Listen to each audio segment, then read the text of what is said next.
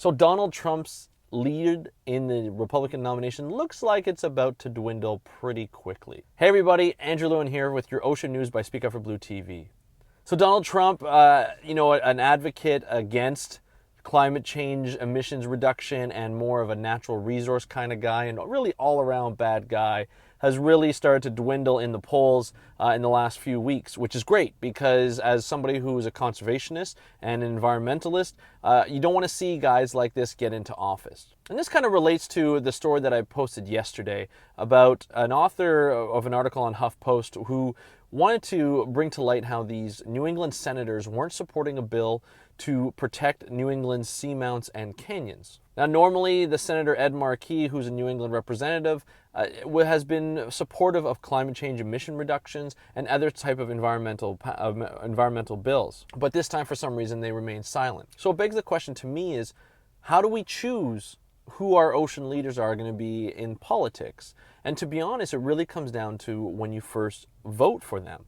You have to get to know your candidates, and this is a perfect opportunity to do so because, the United States, I'm in Canada here, but the U.S. is about to have a huge election coming up. The end of Obama's reign for a 2-year term, and now there's going to be somebody new. So how are you going to choose? Not only that, but the Senators are running a race as well, and they get elected at the same time. So you want to make sure that you take these opportunities to vote for the person that will represent not only your views on the ocean, but other places as well, views on economy and other things. But really, let's look at politics from a point of an ocean conservationist perspective. You want to vote for somebody who's, for climate change emission reduction. You want to vote for a senator or a president that wants to help and protect the ocean through marine protected area design, marine protected area planning and implementation. You want a president or senator that will actually do things for the ocean.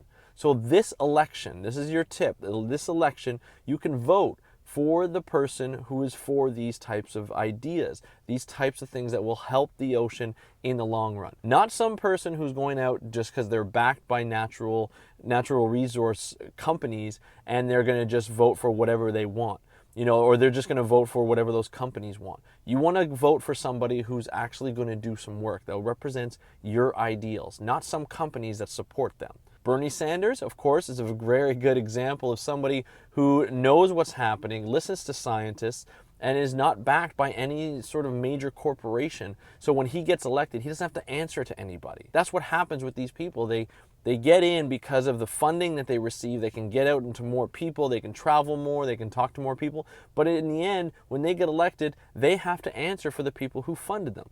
And that's the case with Hillary Clinton, with other people in the Republican nomination. And that's what really happens. Now, Bernie Sanders, of course, is a bit of an exception. And if you want to vote for him, great. I'm not telling you who to vote for. But those are the types of people who you should look for. The senators who really start from the ground up and sort of a grassroots beginning and doesn't get supported by a specific or more than one corporation or that is really against climate change emissions or against really protecting the ocean in general because they have a better interest at heart in terms of money and greed. That's your tip for today. I hope you enjoyed it. Please subscribe down below it on the subscribe button, and like and share all this information. I am vlogging almost every day in April, and I will continue to provide this type of information for you. So if you like it, just press the subscribe button, and I'll see you tomorrow. Happy conservation.